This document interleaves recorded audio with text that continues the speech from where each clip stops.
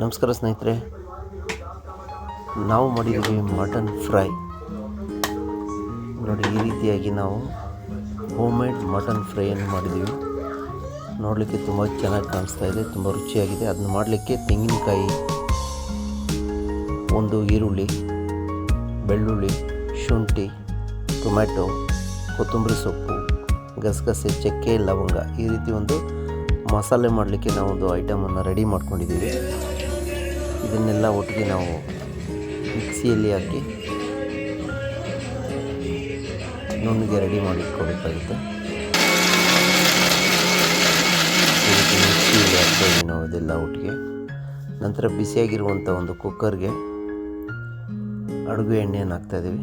ನಂತರ ಫ್ರೆಶ್ ಆಗಿರುವಂತಹ ಮಟನನ್ನು ಆ್ಯಡ್ ಮಾಡ್ತಾಯಿದ್ದೀವಿ. 750 ಗ್ರಾಮ್ ಇದೆ. ಇದು 3/4 kg ಮಟನ್ ಹಾಕಿದ್ದೀವಿ, ಫ್ರೆಶ್ ಆಗಿರುವಂಥದ್ದು. ಈ ರೀತಿ ನಾವು ಮಟನ್ ಹಾಕಿದ ನಂತರ ಸ್ವಲ್ಪ ಮಿಕ್ಸ್ ಮಾಡ್ಕೋಬೇಕು.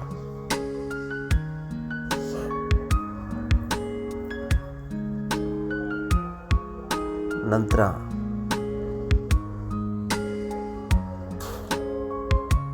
ಸ್ವಲ್ಪ ಅರಿಶಿಣದ ಪುಡಿಯನ್ನು ಹಾಕ್ತಾಯಿದ್ದೀವಿ. ತದನಂತರ ರುಚಿಗೆ ತಕ್ಕಷ್ಟು ಕಲ್ಲು ಉಪ್ಪನ್ನು ನಾವಿಲ್ಲಿ ಬಳಸ್ತಾ ಇದ್ದೀವಿ. ನಂತರ ಚೆನ್ನಾಗಿ ಮಿಕ್ಸ್ ಮಾಡ್ಕೋಬೇಕು ಮಟನನ್ನು. ಅರಿಶಿನ ಮತ್ತು ಉಪ್ಪನ್ನು ಹಾಕಿರೋದ್ರಿಂದ ಆ ಮಟನಲ್ಲಿ ಇರುವಂತಹ ಹಸಿ ಸ್ಮೆಲ್ಲು ಹೋಗೋವರೆಗೂ ಸಹ ನಾವೊಂದು ಉರಿಬೇಕಾಗುತ್ತೆ ಮಟನನ್ನು. ಸ್ವಲ್ಪ ರುಚಿಗೆ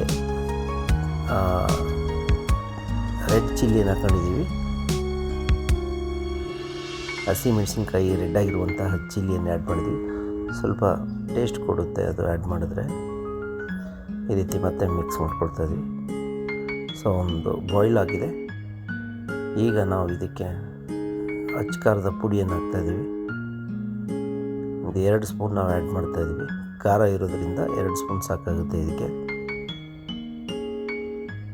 ನಂತರ 1 ಸ್ಪೂನಷ್ಟು ಧನಿಯಾ ಪುಡಿ ಹಾಕ್ತಾಯಿದ್ವಿ. 3/4 kg ಮಟನ್ಗೆ 2 ಸ್ಪೂನ್ ಖಾರ, 1 ಸ್ಪೂನ್ ಧನಿಯಾ ಹಾಕಿದ್ರೆ ಸಾಕಾಗುತ್ತೆ ಅಂತ ಅನಿಸುತ್ತೆ. ನೋಡಿ, ಈ ರೀತಿಯಾಗಿ ಮಿಕ್ಸ್ ಮಾಡಿಕೊಂಡ್ರೆ ಈ ರೀತಿ ಹದವಾಗಿ ಎಣ್ಣೆ ಬಿಡ್ತಾಯಿದೆ. ತುಂಬ ಚೆನ್ನಾಗಿ ಬರುತ್ತೆ ಈ ರೀತಿ ಮನೇಲಿ ಮಾಡ್ಕೊಳ್ಳೋದು. ತುಂಬ ಈಸಿಯಾಗಿದೆ ಇದು. ಸೊ ಯಾರಾದರೂ ಫ್ರೀ ಆಗಿರುವಾಗ ನೀವು ನಿಮ್ಮ ಮನೆಯಲ್ಲಿ ಈ ರೀತಿಯಾಗಿ ಮಟನನ್ನು ಮಾಡ್ಕೋಬೋದು. ತುಂಬ ರುಚಿಯಾಗಿರುತ್ತೆ. ಸೊ ನಾವು ಮಿಕ್ಸಿಯಲ್ಲಿ ಹಾಕಿ ರೆಡಿ ಮಾಡಿರುವಂತಹ ಮಸಾಲೆಯನ್ನು ಆ್ಯಡ್ ಮಾಡ್ತಾಯಿದ್ದೀವಿ. ಮಸಾಲೆ ಹಾಕಿ ಈ ರೀತಿ ಮಿಕ್ಸ್ ಮಾಡ್ಕೊಳ್ಳೋಣ ಚೆನ್ನಾಗಿ.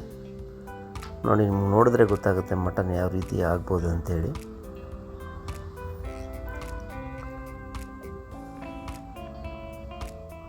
ಸೊ ಮಿಕ್ಸಿಯಲ್ಲಿ ಏನು ಉಳಿದಿರುತ್ತೆ ಅದಕ್ಕೆ 1 ಗ್ಲಾಸಷ್ಟು ವಾಟರ್ನ ಮಿಕ್ಸ್ ಮಾಡಿಕೊಂಡು ಚೆನ್ನಾಗಿ ಮಿಕ್ಸಿಯನ್ನು ಕುಲ್ಕೊಂಡು ಅದರಲ್ಲಿರುವಂತಹ ಮಸಾಲೆಯನ್ನು ಸಹ ನಾವು ನೆಕ್ಸ್ಟು ಈ ಮಟನ್ಗೆ ಆ್ಯಡ್ ಮಾಡಬೇಕಾಗುತ್ತೆ.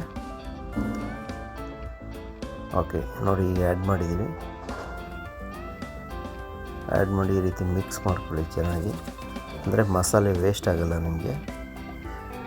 ಎಲ್ಲರೂ ಮಾಡುವಂತಹ ಒಂದು ಸಿಂಪಲ್ ರೆಸಿಪಿ. ಒಂದು ಅರ್ಧ ಗ್ಲಾಸ್ ನೀರನ್ನು ಆ್ಯಡ್ ಮಾಡಿದ್ದೀವಿ ನಾವು. ಇದಕ್ಕೆ ಯಾವುದೇ ರೀತಿಯಾದಂತಹ ಮಸಾಲೆ ಇರುವುದಿಲ್ಲ. ಎಲ್ಲ ಮನೆಯಲ್ಲೇ ರೆಡಿ ಮಾಡಿರುವಂತಹ ಸಿಂಪಲ್ ಮಸಾಲೆ. 5 ಮಿನಿಟ್ಸ್ ನಾವು ಕುದಿಲಿಕ್ಕೆ ಬಿಟ್ಟಿದ್ದೀವಿ. ನೋಡಿ, ಆಲ್ಮೋಸ್ಟ್ ಬಾಯ್ಲ್ ಆಗ್ತಾಯಿದೆ ಮಟನ್ನು. ಸೊ ಈಗ ನಾವು ಕುಕ್ಕರ್ನ ಕ್ಲೋಸ್ ಮಾಡಿಕೊಂಡು ವಿಸಿಲ್ ಹಾಕ್ತಾಯಿದ್ದೀವಿ. ಒಂದು 3ರಿಂದ 4 ವಿಸಿಲು ಕೂಗಿಸಿದ್ರೆ ಸಾಕಾಗುತ್ತೆ ಅನಿಸುತ್ತೆ.